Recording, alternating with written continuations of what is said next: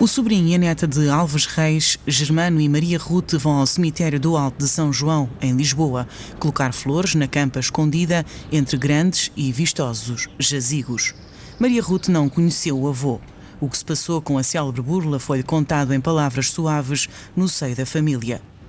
Germano, pelo contrário, conviveu com o tio que visitava todas as semanas na penitenciária de Lisboa.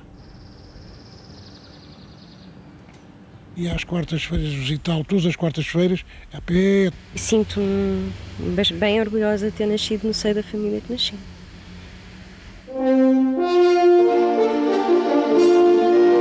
No dia 6 de maio de 1930, juntou-se muita gente em Santa Clara para ver os réus que chegavam um a um escoltados por soldados e polícias. É que todos queriam ver chegar Alves Reis, a que muitos chamam Alves dos Reis, que foi o grande artífice da célebre burla descoberta em dezembro de 1925. E enquanto uns esperavam à porta do tribunal, outros encaminham-se para lá no Elétrico da Graça. Em pouco mais de um ano, Alves Reis passou de preso comum a banqueiro, de homem endividado a milionário. E apesar de já ter passado 5 anos na prisão, não perdeu o seu ar de homem voluntarioso, convencido, sedutor, que mais uma vez se afirmará no decorrer do julgamento. Em 1924, Alves Reis descobriu que o Banco de Portugal era uma instituição frágil que não controlava o dinheiro em circulação. Além disso, costumava mandar imprimir notas sem autorização prévia do governo. Com tudo isto muito bem estudado, o célebre burlão encontrou os cúmplices certos: o alemão Adolf Hennis, o holandês Karel Marang e José Bandeira, um fura-vidas muito eficaz que convenceu o irmão António Bandeira a colaborar nas operações. António Bandeira era nem mais nem menos que o ministro de Portugal na Holanda. E em todas estas andanças que o levaram da glória à prisão, Alves Reis contou sempre com a cumplicidade e entrega total da esposa, Maria Luísa Jacobetti Alves Reis. Com ele, ela viveu o isolamento do interior de Angola e os meses de abundância e fortuna. Até ao verão de 1924, Alves Reis movimentou-se em Lisboa. Mas quando começou a assinar contratos e cartas em nome do governador do Banco de Portugal, Camacho Rodrigues, grande parte das operações passaram a ser desenvolvidas em Haia, na Holanda. Em Haia, Karel Marang tinha as suas empresas e lá estava também a legação de Portugal. Paris era a cidade escolhida para as reuniões sigilosas. De Londres vinham as notas de 500 encomendadas em nome do Banco de Portugal, que em Lisboa passavam na alfândega graças aos selos diplomáticos que as protegiam. Tempos áureos. O célebre burlão vivia então num belo palacete. Fundou um banco, fez largos investimentos em muitas empresas, granjeou simpatias, despertou ódios, foi durante muitos meses a esperança de muitos colonos angolanos que labutavam numa colónia falida, apesar da riqueza do território que Alves Reis bem conhecia.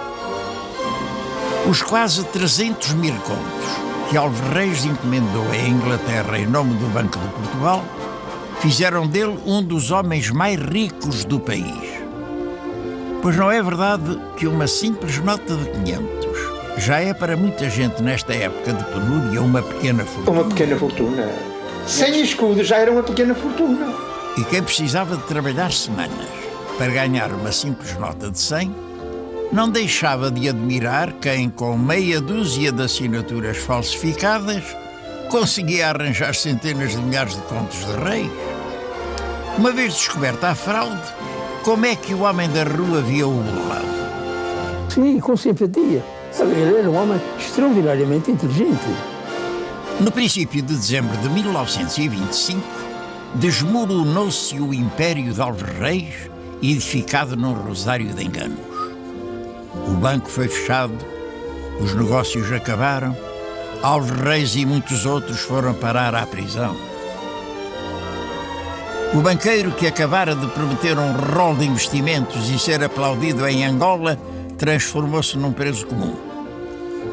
Foram trocadas todas as notas de 500 escudos com a efígie Vasco da Gama. Mais tarde, Portugal foi indemnizado depois de um julgamento em Londres, que de recurso em recurso acabou na Câmara dos Lordes, Supremo Tribunal de Sua Majestade Britânica. Mas há um mistério que este julgamento vai deixar de lado, apesar de ter durado 2 longos meses. O caso das notas triplicadas. É que, além das notas duplicadas mandadas imprimir por Alves Reis através de cartas e contratos falsificados, também circulavam dezenas, quem sabe se muitas mais, de notas triplicadas feitas pela mesma casa Waterloo de Londres. Quem as mandou imprimir? Porque ficou este caso sem explicação.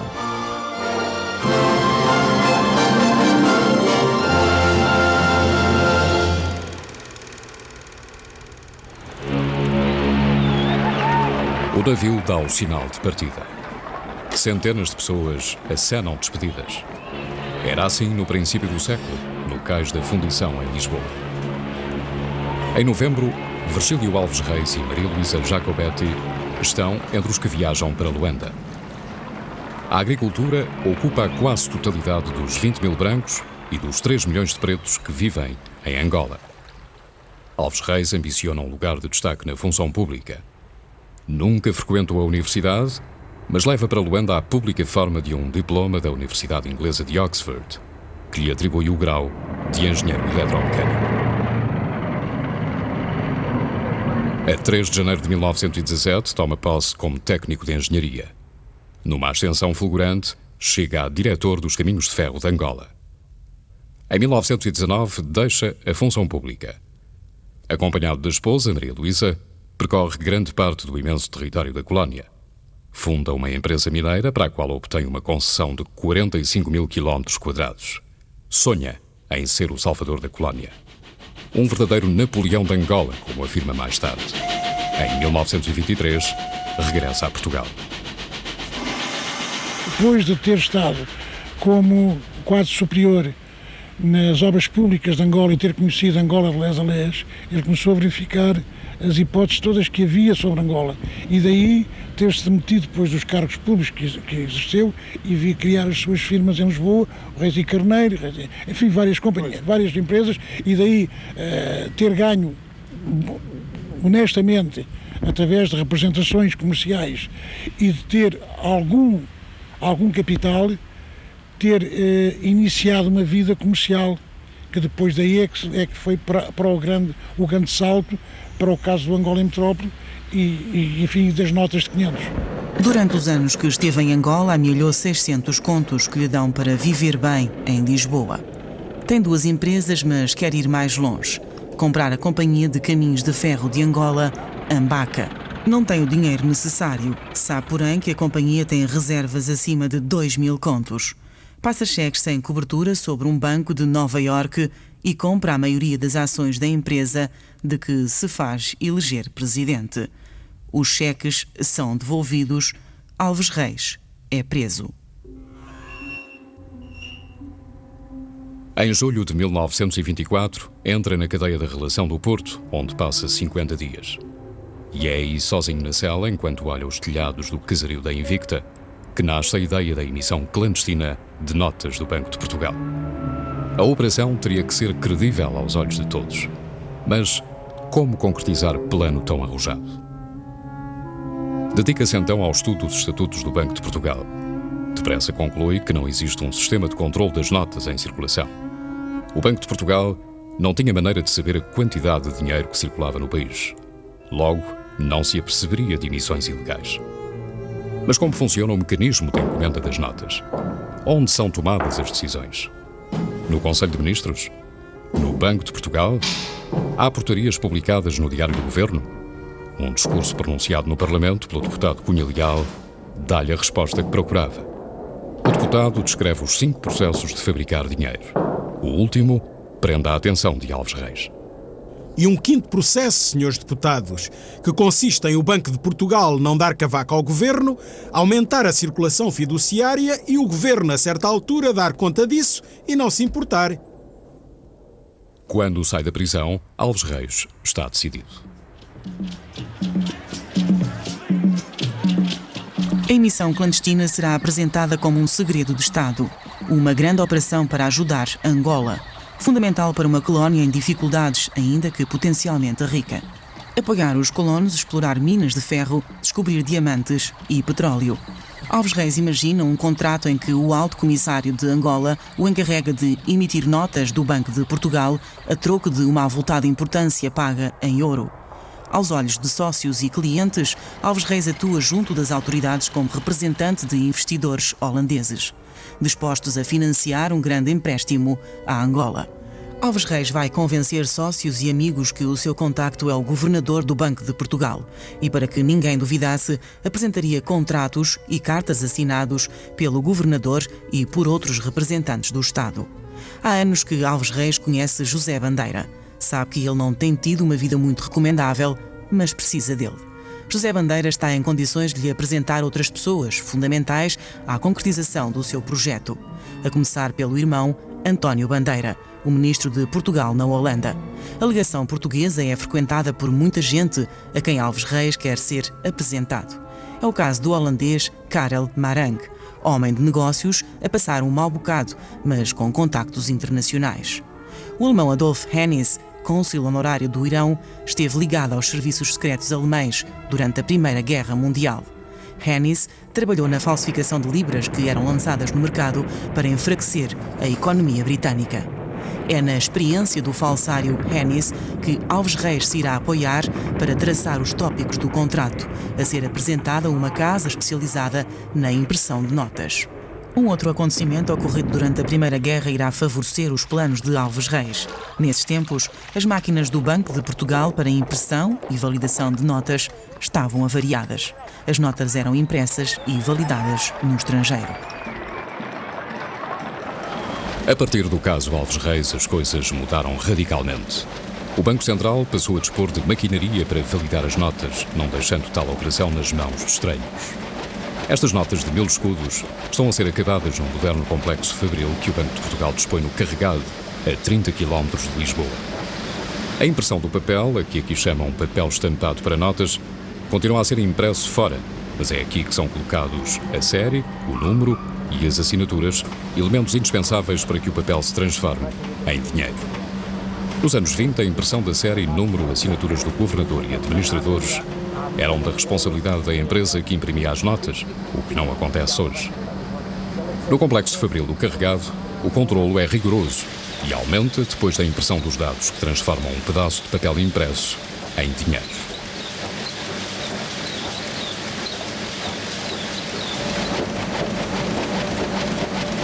Depois dessa operação, as notas seguem para uma casa forte. Mais tarde, serão de lá retiradas para serem analisadas e contadas. Esta máquina detecta os mínimos defeitos de qualquer nota.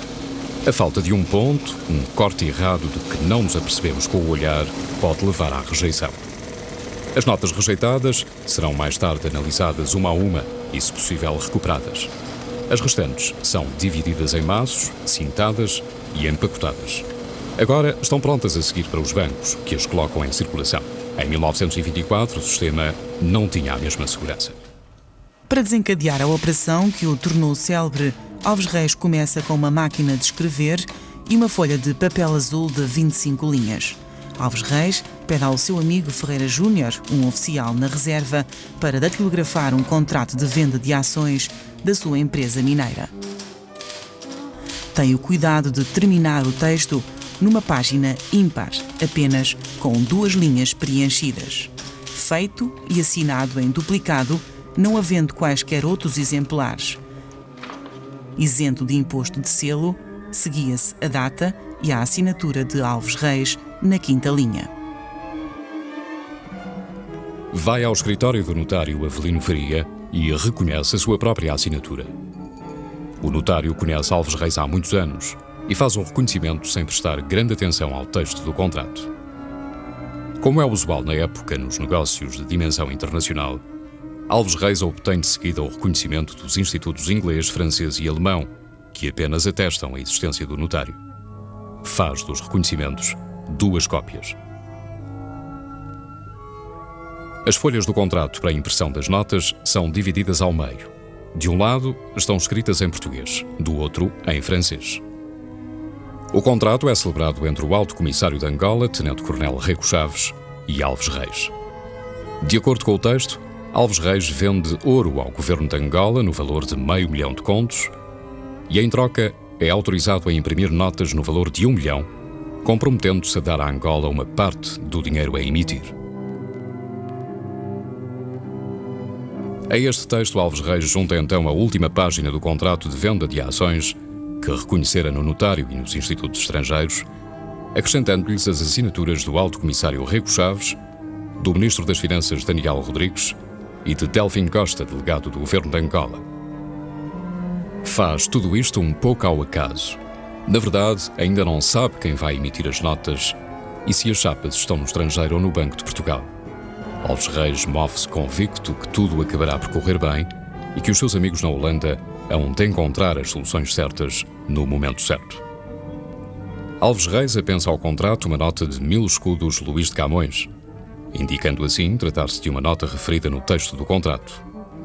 A nota de 1000 escudos Luís de Camões é das mais utilizadas nas grandes transações comerciais. Junta outra nota de 500 escudos Efígie João de Deus. A impressão de 2 notas de valores diferentes ajudava a dispersar a emissão e irá, sem dúvida, facilitar o lançamento no circuito monetário. O contrato segue para a Haia.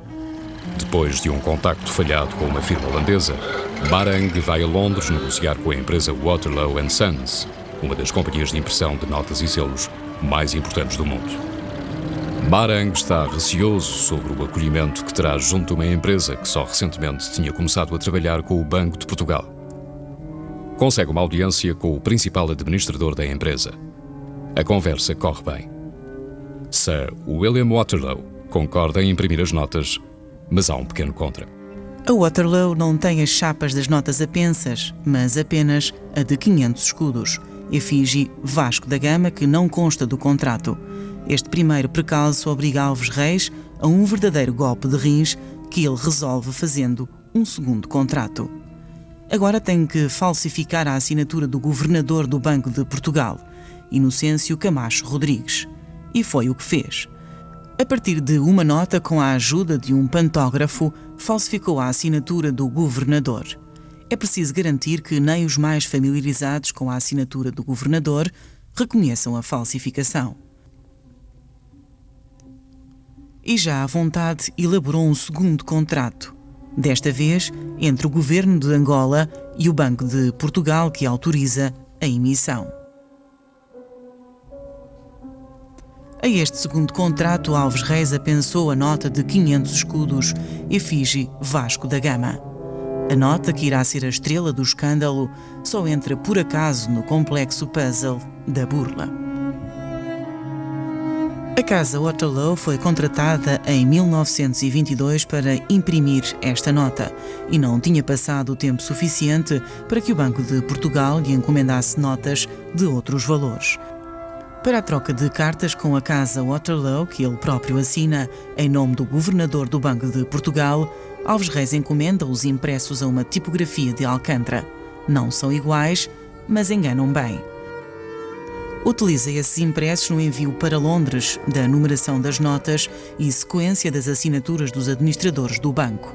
A carta vai assinada pelo governador Camacho Rodrigues. Em fevereiro de 1925, as primeiras notas de 500 escudos chegam a Lisboa de comboio. Vêm em malas de couro, protegidas por selos diplomáticos. As notas faziam uma primeira viagem de Londres para a Haia e daí para Lisboa. Esta primeira fase é da responsabilidade do holandês Karel Marek. É em Haia que as notas são retiradas das cintas e misturadas de forma a que a numeração não fique seguida. Alves Reis pensa que assim despista mais facilmente possíveis inspeções do Banco de Portugal. Ele e os seus colaboradores, José Bandeira e Ferreira Júnior, vão à estação do Rossio levantar as malas. Alves Reis não perde tempo. Organiza uma rede de agentes que trocam as notas por moeda estrangeira e abre contas em numerosos bancos. Ele distribuiu alguns maços das notas que tinha. Sim. Por vários comerciantes. Daqui de Braga? Daqui de Braga. Sim. Que depois não sei que rumo tiveram. Não sei se as passaram, se as foram depositar nos bancos, se as passaram em negócios ou coisa parecida. Como é que as pessoas detectavam que sabiam que ele tinha passado essas notas? Viam, enfim, através de que os comerciantes de repente passaram a ter uma vida melhor? Ou como é que foi? Os tipos que receberam dinheiro deles, depois faziam uma vida diferente da que tinham. Sim. Andavam alegres, contentes, satisfeitos e tal, etc. Apareciam aí nos cafés como se fosse gente nobre e tal. Sim. Quando um comerciante pulava demais e tal, olha, isto é... Lá não é assim, isto é dinheiro do Alves dos Reis. Aqui nesta área do Norte passaram muitas notas, não é? De 500 escudos, com efeitos de baixo da no comboio. Como é que foi? Eu estava no comboio, se era da manhã, vinha para o Porto. E havia uma pessoa que me conhecia, que agora não me lembro, e dizia: o senhor faz favor, leva-me esta mala, porque estou na estação de Samiento à espera dela. Isso era um método usado? Era um método usado. Eu trazia uma mala, eles punham lá a mala mesmo na carruagem, e ao chegar aqui, estava sempre uma pessoa: como está? E eles telefonavam, estava uma pessoa aqui à espera, vinha buscar as malas e levava as malas. Sei que depositaram algumas malas numa revisaria que havia na Rua 30 de Janeiro, que não sabiam de nada do que se passava. Pois. Mas depositavam lá as malas, e havia malas que no correio, no rápido da noite, e levavam-nas para casa, depois iam lá buscá-las a casa. A região norte e o Porto, em especial, são as áreas privilegiadas para a passagem das notas. No Porto havia um ativo mercado paralelo de troca de moeda estrangeira. O comércio de vinho do Porto e a presença de uma numerosa comunidade inglesa explicam essa atividade cambial. Alves Reis contrata especialistas conhecidos por zangões que trocam milhares de notas de 500 escudos por libras sem discutir o preço. Afinal, Alves Reis tinha pago 75 centavos por cada nota à casa Waterloo & Sons. Alves Reis é agora um homem de negócios de dimensão internacional. Reúne-se com José Bandeira, Hennis e Marang, em Haia. Marca encontros para o Hotel Claridge, em Paris, onde passará a ir com frequência, acompanhado da mulher, Maria Luísa, que compra vestidos caros, acompanhada da amante de José Bandeira. Em Lisboa, Alves Reis é já um respeitado homem de negócios. Compra o palacete do Menino de Ouro, na Rua de São Marçal, por 1000 contos, e encomenda no Norte um mobiliário luxuoso por 528 contos. Os filhos têm agora uma preceptora que os acompanha em Portugal e no estrangeiro. Em Haia, Alves Reis, José Bandeira, Adolf Hennis e Karel Marang estabelecem um pacto de divisão dos lucros do grupo financeiro que começam a erguer. Mas Alves Reis mantém uma situação de privilégio no seio do grupo. Os negócios e as despesas incontroláveis impõem uma nova edição. Alves Reis tenta uma nota de 1000, mas o problema das chapas empurra-o novamente para a nota de 500 escudos. Redige uma carta em nome do governador do Banco de Portugal a encomendar 380.000 novas notas. A carta é dirigida a Marang, dando-lhe poderes para negociar em Londres. O processo é acompanhado de perto pelo ministro de Portugal em Haia, António Bandeira, que desde dezembro de 1924 concede salvo-condutos a Karel Marang para que não seja importunado nas fronteiras. Marang é bem visto em Londres, onde vai mais uma vez negociar com êxito a nova edição de notas. Esta nova remessa começa a chegar a Portugal em outubro de 1925. Mas desta vez a rede diplomática é reforçada com o elemento de peso. O ministro da Venezuela em Lisboa, Planas Soares, é recrutado na Holanda. Coloca os selos da legação nas malas que transportam as notas que em Lisboa passam mais uma vez na alfândega.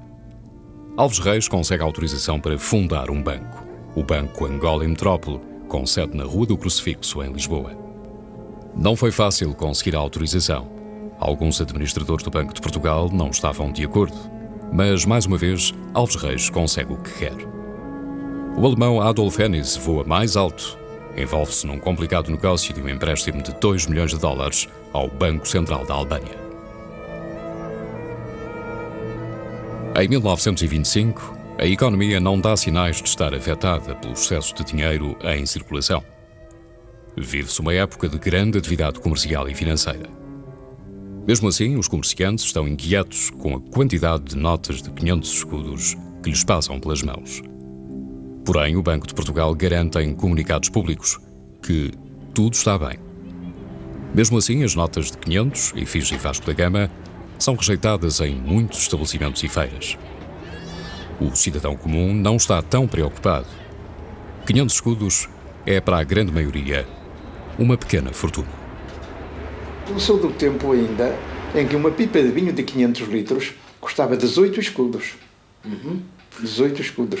E uma libra em ouro, que tive muitas, porque o meu padrinho, que queria que eu fosse médico, o meu padrinho e tio, dava-me uma libra em ouro todos os meses. Eu estava autorizado a ir à casa de uma minha prima, que morava ali na Rua de Santo André, e era casada com o coronel Graciliano Marques, e todos os meses ele lhe mandava ordem para me dar uma libra em ouro. E o que é que comprava com uma libra em ouro nessa altura? Uma libra em ouro, para trocar, era uma tragédia. A libra em ouro nessa altura valia 4.500.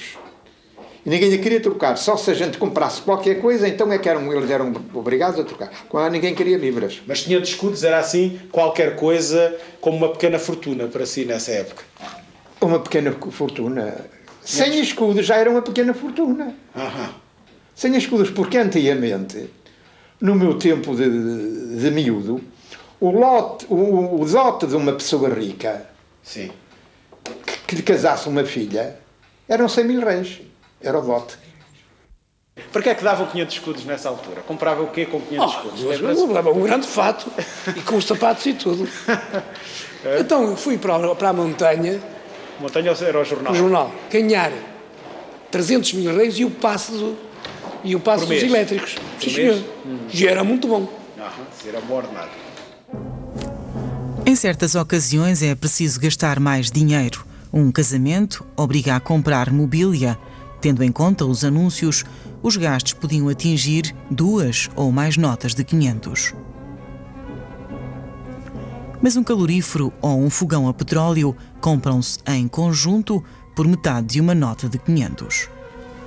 E se olharmos para o catálogo de brinquedos que, no Natal do ano da descoberta da burla, os grandes armazéns do Chiado divulgam nos jornais, então uma só nota de 500 faz a pequenada dar pulos de contentamento. Bonecos a 2 escudos e 40 centavos, caminhas de ferro a 14 escudos, lavatórios a 5 e uma banheira com boneco a 9 escudos. A conversa apaixonada deste jovem para a sua querida Lili é uma boa maneira da Anglo-Portuguese Telephone, a avó da Portugal Telecom, prender a atenção pelas virtudes do telefone. Fala sem pagar um tanto por mês. Mas quanto? Cerca de 2.000 escudos por ano. O Sport Lisboa e Benfica dos anos 20 não tem certamente uma vida folgada, mas está longe de viver em grandes dificuldades. Pelo relatório e contas de 1928, o movimento de caixa de um ano é de pouco mais de 336 contos. Para a época, é já bastante dinheiro. O Banco de Portugal, em anúncios de prestígio, revela o capital social. 13.500 contos, cerca de 5% do dinheiro que Alves Reis mandou imprimir. O Banco de Portugal é então uma instituição com ações cotadas na Bolsa, cuja maioria Alves Reis ambicionava adquirir. Perder 5 contos é uma tragédia para quem vive do seu salário, como se vê por este apelo lançado nos jornais. 15 anos depois, António Lopes Ribeiro passa para o Pátio das Cantigas, o drama de quem ganha pouco e um dia perde tudo. Susana! Mocinho, o que tem? O que foi? Estou desgraçado. O que é que lhe fizeram? Roubaram. Fui roubado. Roubaram-no? Mas quem foi que o roubou? Não sei. Fui receber 15 contos à Rua da Madalena e quando ia ali perto das escadinhas, deram-me um soco nas costas e levaram-me a mala. 15 contos. 15 contos. Eu quero uma coisa muito boa, mas lá mais de 100 mil réis não gasto. Olha, uma tem 400 contos, outra tem 100, a outra 300. Espera lá. 400, 100, 300. 800 contos. Então e a prova? A prova? Faz-se já aqui ao lado. Alves Reis não teve tempo de pôr a circular os 300 mil contos que ilegalmente mandou imprimir, mas mesmo assim uma grande parte entrou no circuito fiduciário. A totalidade das duas edições é equivalente a 1/6 de todo o dinheiro em circulação na época. O peso dessa quantia no produto interno bruto daquele tempo, projetado para os nossos dias, corresponderia a cerca de 350 milhões de contos. Sabe que alguns economistas foram de opinião que se a fraude não se tem descoberto e as notas continuassem a ter, isso teria sido vantajoso para a economia de Angola. Não sei qual é o de Angola, a economia de Angola, do país, por reflexo, naturalmente. Mas teria sido, porque em Angola projetavam-se nessa altura, havia grandes ideias, planos de fomento, foi a altura dos altos comissários. E teria dado um impulso àquilo. Teria dado um impulso à Angola. Teria dado, porque o Alves Reis começou a sua vida pública por Angola. Exatamente. Fundou uma companhia mineira, trabalhou em caminhos de ferro, tudo isso. De sorte que estava perfeitamente dentro do problema, do problema colonial, respeitando a Angola. E não sei por que razão alguns economistas, na época, emitiram essa opinião. Que se a burla não tivesse sido descoberta e as coisas tivessem corrido normalmente, como se a emissão tivesse sido legal, isso teria tido vantagens para a economia de Angola. Em outubro de 1925, Alves Reis está a caminho de Angola. Meses antes, Alves Reis dera uma entrevista ao jornal Província de Angola, que levantou muitas esperanças entre os colonos. Finalmente, chegava alguém com capitais para investir na colónia, sobretudo nas minas e em novas explorações agrícolas. Era grande o entusiasmo em Luanda e em Moçambique, a cidade a que Alves Reis ficara ligado e onde prometera voltar. Em Luanda, Alves Reis é recebido pelo homem cuja assinatura tinha falsificado no contrato da primeira emissão de notas, o alto comissário Rego Chaves. Regista o Banco Angola em Metrópole, negocia com o alto comissário a participação na companhia do Bembe, um acordo que chega a ser publicado no Jornal Oficial. Alves Reis segue para Moçambique em comboio especial, pelo qual paga 4.717 escudos. No comboio seguem 12 pessoas, bagagens e 3 automóveis. As forças vivas da cidade vão esperá-lo à estação de caminho de ferro, tal como noticia o jornal local. Em Moçambique tem uma atividade intensa. Os pedidos de investimento são muitos. Por enquanto, Alves Reis promete estudá-los atentamente. Em Lisboa, as coisas começam a correr mal. O Século há meses que critica Alves Reis. Os patrões do jornal, que representam outros interesses, andam nervosos. O Século era, nessa altura, o órgão dos interesses económicos. Foi adquirido nessa altura pelo João Pereira da Rosa e pelo Carlos de Oliveira e pelo Moisés Amzalá, que eram os 3 proprietários do Século que representavam os interesses económicos. Sim, mas de uma maneira geral ou alguns interesses económicos? Isso é difícil. Por exemplo, a Batalha, lembro, pelo aquilo que eu li, a Batalha acusava muito o Século de estar ligado aos interesses, sobretudo do Alfredo da Silva, na altura. Sem dúvida. Sem dúvida. Que tinha interesses coloniais também. Sem dúvida. Em 25 de novembro de 1925, o Século publica um artigo demolidor para Alves Reis, apesar de ainda não falar em nomes. Em artigos seguintes vai mais longe e pergunta de onde vem o dinheiro que Alves Reis e os seus homens gastam sem controle. E como é que pessoas que no passado tiveram problemas com a polícia, caso de José Bandeira, pretendem agora passar por respeitáveis banqueiros? E porquê é que o Banco de Alves Reis não tem balcões abertos ao público? De onde lhe vem o dinheiro? As desconfianças vão de Lisboa ao Porto, à velocidade dos comboios que transportam os jornais. No Porto, os artigos do século eram comentados à mesa do café. O tesoureiro de uma casa bancária, Manuel Lutero de Sousa, interroga-se sobre o que se passa na empresa onde trabalha. A casa de câmbio José Pinto da Cunha fornecia moeda estrangeira ao Banco de Alves Reis e não escriturava as transações. Além disso, Lutero de Sousa estava convencido que as notas de 500 que chegam do Angola e Metrópole só podem ser falsas. Conta tudo a colegas do Banco Espírito Santo e a notícia acaba por chegar ao Banco de Portugal. O governador do Banco de Portugal reage e manda ao Porto uma equipa de inspectores bancários a que se juntam agentes da Polícia Criminal. Investigam a casa de câmbio José Pinto da Cunha, onde descobrem uma grande quantidade de notas de 500 escudos. Admitem que encontraram finalmente as notas falsas de que todos falam, mas não. Os peritos concluem que as notas são verdadeiras. Como não estão lançadas nos livros de caixa, a casa de câmbios é encerrada. O gerente e o guarda-livros são presos.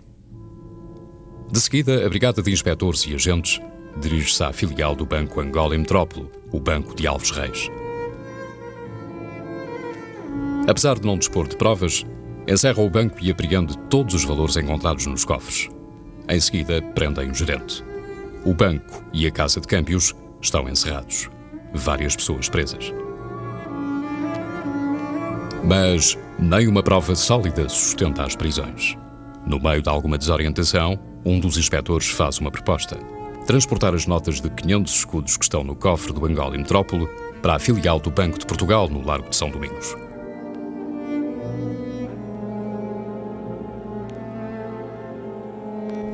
Aí, compará-las com as existentes na filial do Banco Central. A sugestão é aceite e a tarefa é executada. De madrugada são encontradas 2 notas com o mesmo número.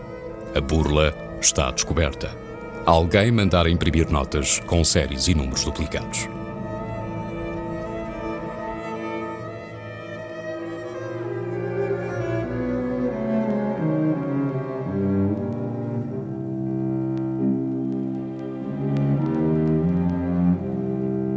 Entretanto, o inspetor Teixeira Direito envia para Lisboa telegramas a mandar prender Ferreira Júnior e Alves Reis, que está a chegar de Angola. O telegrama vai ao pormenor de mandar apreender uma pasta com documentos que Alves Reis trazia consigo.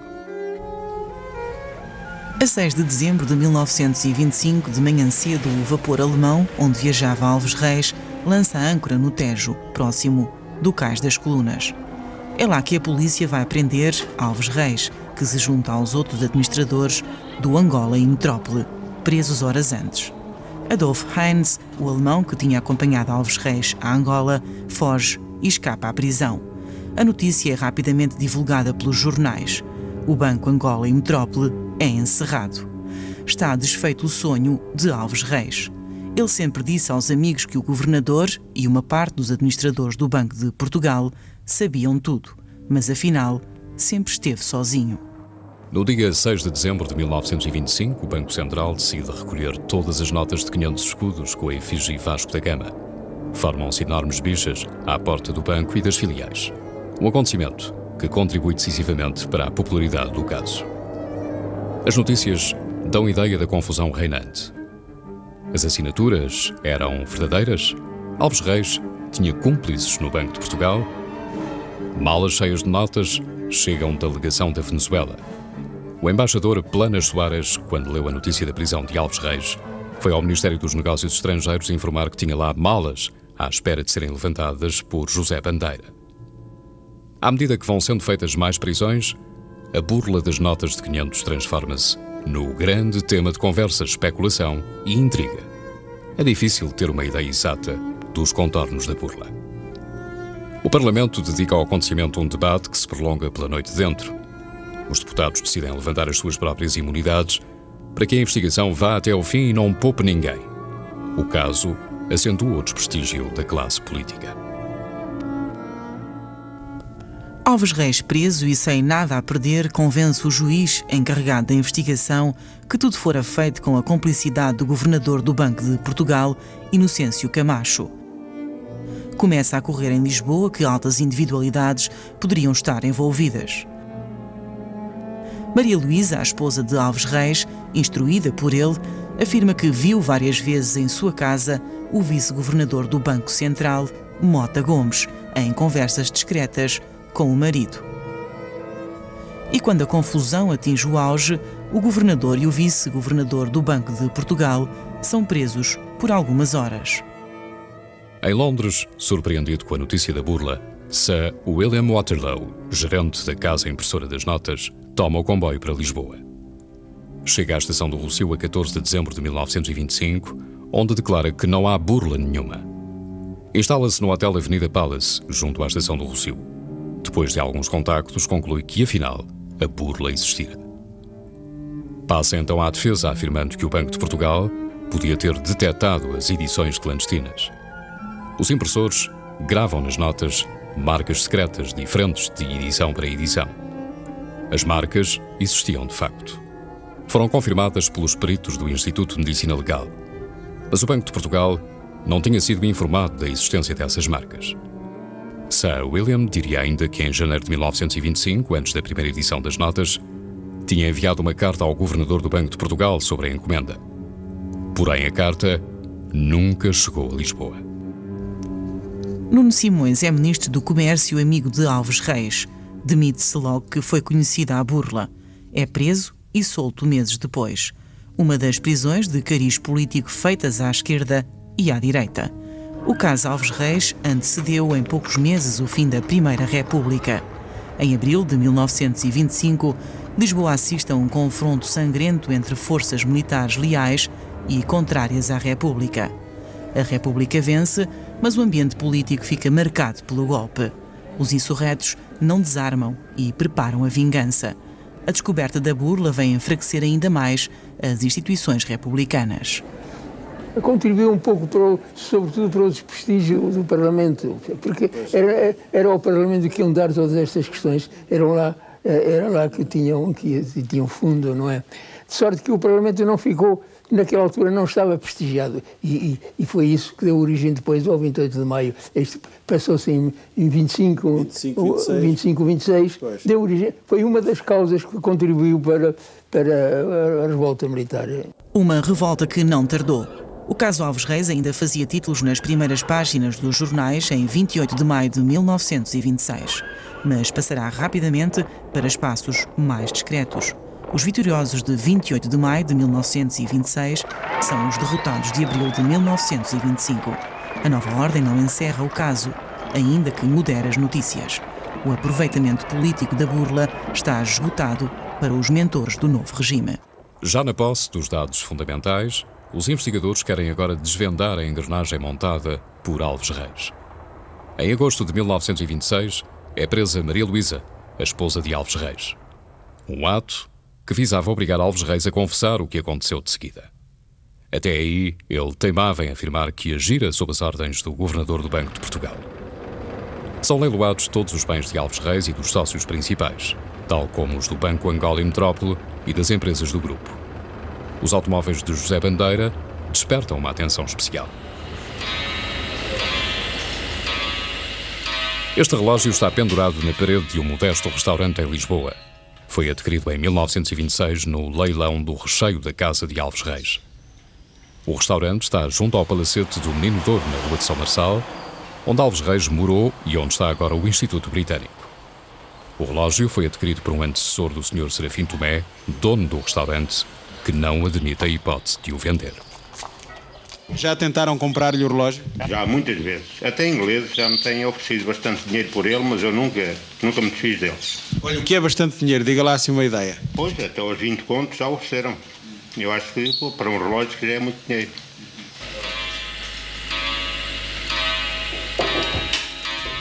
O processo do caso Alves Reis está no arquivo do Tribunal da Boa Hora, em Lisboa, no meio de muitos outros cujo interesse histórico parece ser mais reduzido. E aí estão as dezenas de volumes dentro de caixas de cartão.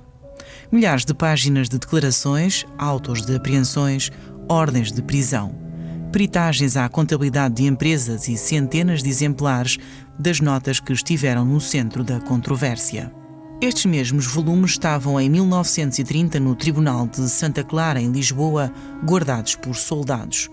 Só advogados e juízes os podem folhear durante os 2 meses que o julgamento irá durar.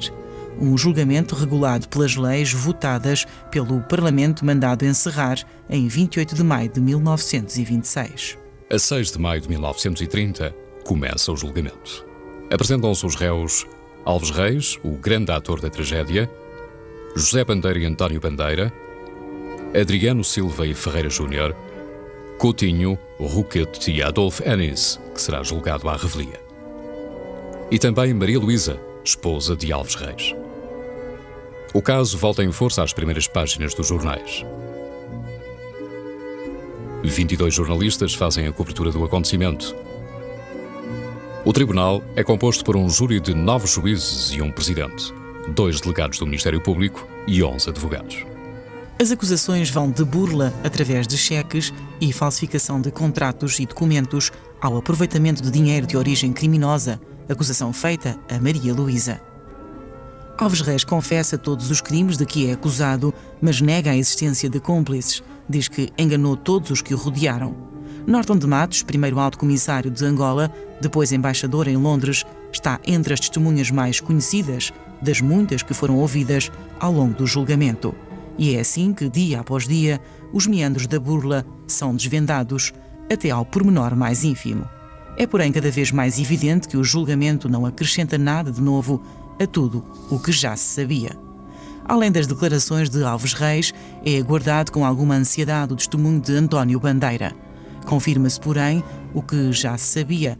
O antigo ministro de Portugal em Haia colaborou ativamente com os burlões, embora tenha sido vítima de alguma ingenuidade. O julgamento perde interesse, mas Alves Reis vai recuperá-lo para as primeiras páginas. A sessão das alegações do principal réu e autor assumido da burla faz regressar o acontecimento aos grandes dias. António Ferro descreve-a numa memorável crónica no Diário de Notícias. Alves Reis começou a falar e bem depressa o tribunal foi seu. Um silêncio absoluto, quase respeitoso. Alves Reis contou o seu romance com vivacidade, com energia, com sabor literário. Deslumbrou-nos com parágrafos e artigos. A verdade de Alves Reis pode ser uma verdade polvilhada de mentiras, mas é uma verdade. O Alves Reis do Banco Angola e Metrópole está preso, vai ser condenado. Mas o Alves Reis da confissão, o Alves Reis que defendeu as suas vítimas, que respeitou sempre a santidade do seu lar, não merece um minuto de piedade, um minuto de ternura? Atirem pedras se quiserem. Eu não sei, eu não posso. Campos Coelho é o advogado mais jovem deste julgamento. Com 25 anos, consegue realizar uma das intervenções mais notadas, ao lado dos nomes mais sonantes do foro Alfacinha. Campos Coelho defende Ferreira Júnior, homem de confiança de Alves Reis e administrador do Banco Angola e Metrópole. Foi ele que datilografou o contrato que serviu de base à primeira emissão das notas de 500 escudos. 60 anos depois, Campos Coelho recorda o que então se passou. Uma das fases mais aguerridas do julgamento foi aquela na 22ª audiência, em que eu tive, na verdade, e salvo modéstia, uma intervenção um bocadinho saliente, que os jornais salientaram. Havia uma publicação feita pelos advogados da acusação, que era a história do crime, e que era, por assim dizer, o oráculo do processo. Iam beber ali àquele livro tudo, e era como se fosse o Magister Dixit, um breviário. Mais do que um breviário, um verdadeiro oráculo. E eu um dia, na véspera das minhas alegações, lembrei-me de ir ler novamente a história do crime, e encontrei que em 470 páginas desse livro havia nada menos do que cerca de 200 ou para cima de 200 hipóteses. Em lugar de partirem da prova para a convicção, partiam da convicção para a prova. E então devia ter sido nesta hipótese, nesta dúvida. Eram 200 hipóteses e 200 frases ou palavras dubitativas, o que causou realmente uma sensação muito grande e o interesse enorme no tribunal. E de tal sorte provocou uma polémica realmente aguerrida, que o jornalista Costa Júnior, no jornal As Novidades, que representava, transcrevia um desabafo de um dos acusadores, em que dizia que, se o julgamento demorasse mais uma semana, quem se sentaria nos bancos dos réus, que eram eles acusadores. A 19 de junho de 1930 é lida a sentença. As penas são pesadas. Alves Reis, José Bandeira e Adolfo Enis são condenados em 8 anos de prisão celular e 12 de degredo. António Bandeira em 6 anos de prisão celular. Maria Luísa, condenada, sai em liberdade por já ter cumprido prisão preventiva.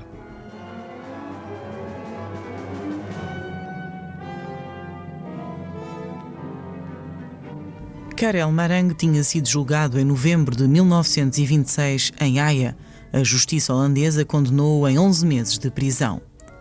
Planas Soares, o ministro da Venezuela em Lisboa, que ajudou a passar as notas, foi forçada a abandonar a carreira diplomática. Em abril de 1932, o tribunal nomeado pela Câmara dos Lordes toma finalmente uma decisão sobre a queixa do Banco de Portugal, apresentada contra a casa Waterloo & Sons, que imprimirá as notas a mando de Alves Reis.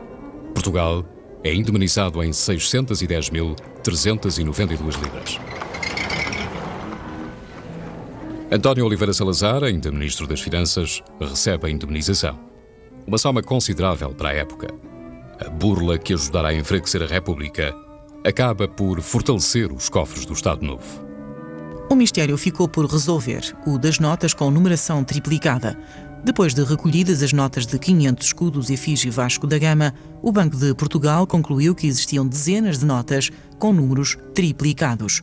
Alves Reis aproveitou o acontecimento para acusar o Banco de Portugal de ter feito uma emissão clandestina. Alves Reis duplicou os números das notas, não os triplicou. Por que então notas com numeração triplicada? Embora condenado pela Justiça, Alves Reis passa a ser olhado como alguém que merece ser admirado. Ele próprio contribui para isso ao publicar em 1932 O Segredo da Minha Confissão. 2 volumes que foram verdadeiros best-sellers. Ele cumpria os horários como todos os outros presos, estava na enfermaria, onde tinha uma cela própria, enfim, com a sua cama. Tinha condições pelo menos para escrever, para fazer a sua atividade? Não, podia escrever, tinha papel, tudo para escrever, assim que ele escreveu livros, escreveu o Controle Genebra, O Segredo da Minha Confissão e outros. No seio da família sempre houve muito respeito ainda hoje, nós os vivos, É. continuamos a respeitá-lo.